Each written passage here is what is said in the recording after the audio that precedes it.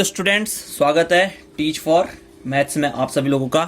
और आपने फ्रैक्शन बहुत अच्छे से सीख लिए होंगे। जिसको अभी फ्रैक्शन नहीं आते हैं वो डिस्क्रिप्शन पे जाके लिंक को देखें और वहाँ से सीख लें। मैंने उसमें एडिशन, सब्ट्रैक्शन, मल्टीप्लाई, डिवाइड सभी चीज़ बता चुके हैं।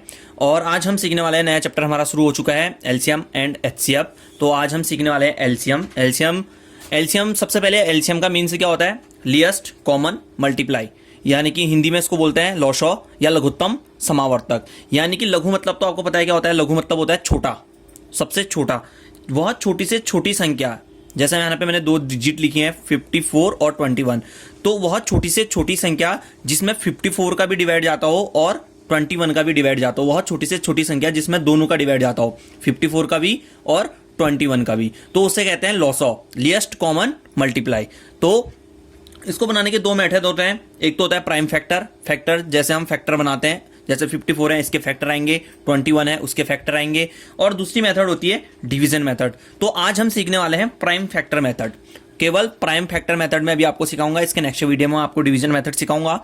तो अभी हम सीखने वाले हैं प्राइम फैक्टर। तो मैंने यहाँ पे दो डिजिट ऑलरेडी लिखी हैं, 54 और 21।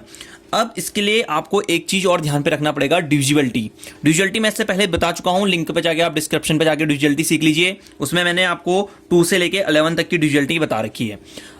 सबसे इंपॉर्टेंट 2, 3 और 5 की डिविजिबिलिटी होती है, जो ज्यादा से ज्यादा अधिकतर हमारा यूज होता है। तो आपको ये आने चाहिए। देन अब आते हैं हम 54 और 21, यहाँ पे दो डिजिट है, तो हमको एक ऐसी डिजिट चाहिए छोटी से छोटी जिसका टेबल जाए। तो जिसके वंस में 0, 2, 4, 6, 8 होता है, उसमें 2 का टेबल जाता है। ये डिविजिबिलिटी है। अगर आपको याद है तो आप ऑटोमेटिक पता कर लेंगे। यहाँ पे 4 है और यहाँ 1 है, तो 1 जहां होगा वहां टेबल नहीं जाएगा 2 का, लेकिन जहां 4 होगा वहां जाएगा। तो मैं 2 का टेबल दूंगा। 21 में नहीं जाता तो उसको वैसी का वैसी लिख दूंगा, लेकिन 54 पे जाता है तो 54 पे मैं अलग से टेबल दूंगा। अगर आपको डिवाइड नहीं आते हैं तो आप ऐसे करके डिवाइड दे दीजिए। अगर डायरेक्टली डिवाइड नहीं आते हैं, 2 2 जा 4, 2 7 जा 14, ऐसे भी डिवाइड दे सकते हैं। तो इसका आंसर आ रहा है 27, या 2 2 जा 4 और 2 7 जा 14। आप ऐसे भी डिवाइड दे सकते हैं, या रफ कॉपी पे अलग से ऐसे भी डिवाइड दे सकते हैं। देन इसके बाद अब देखो, वंस पे है 7 और यहाँ है 1, तो इसमें 2 का टेबल नहीं जाता। क्यों? क्योंकि 2 की डिविजिबिलिटी कहती है 0, 2, 4, 6 देन 8। जिसके वंस में होगा उसी में 2 का टेबल जाएगा, अदरवाइज किसी में भी नहीं जाएगा। तो यहाँ वंस पे क्या है? 7 और 1 है, तो इस पे 2 का टेबल नहीं जाएगा। देन आते हैं आप 3 में।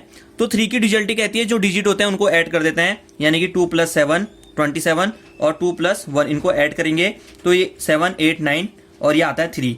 तो इसमें 3 में 3 का टेबल जाता है, 9 में 3 का टेबल जाता है और 3 में भी जाता है। तो इसमें भी 3 का टेबल जाएगा, इसमें भी 3 का टेबल जाएगा।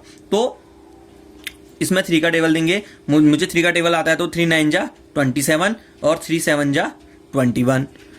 अब 7 में 3 का टेबल नहीं जाता है, लेकिन 9 में जाता है, तो 3 का ही देंगे। 3 3 जा 9, 7 को वैसे लिख देंगे। अब 3 का जाता है 1 7। अब लास्ट में बच गया 7 7 1 1 रहेगा और 7 1 जा 1। जब तक लास्ट में 1 1 नहीं आ जाते हैं तब तक आप डिवाइड देते रहेंगे नीचे को, और छोटी डिजिट से ही शुरू करेंगे। ऐसा नहीं कि आप पहले 5 का दे दो या आप पहले 7 का दे दो। आपको पता है 27 3 जा 21 होता है, आप यहाँ पे 7 का दे दो। ऐसा नहीं करना, आपको बड़े क्वेश्चनों में दिक्कत हो जाएगी। इसलिए सबसे पहले आप छोटे से करेंगे। अब देन इसके बाद ज्यादातर मिस्टेक यहीं पर को करते हैं एलसीएम निकालने पे। 2 × इसके फैक्टर लिखते हैं। प्राइम फैक्टर का मीन्स है इसके फैक्टर, तो इनके फैक्टर निकले हैं 2 × 3 × 3 × 3 × 7।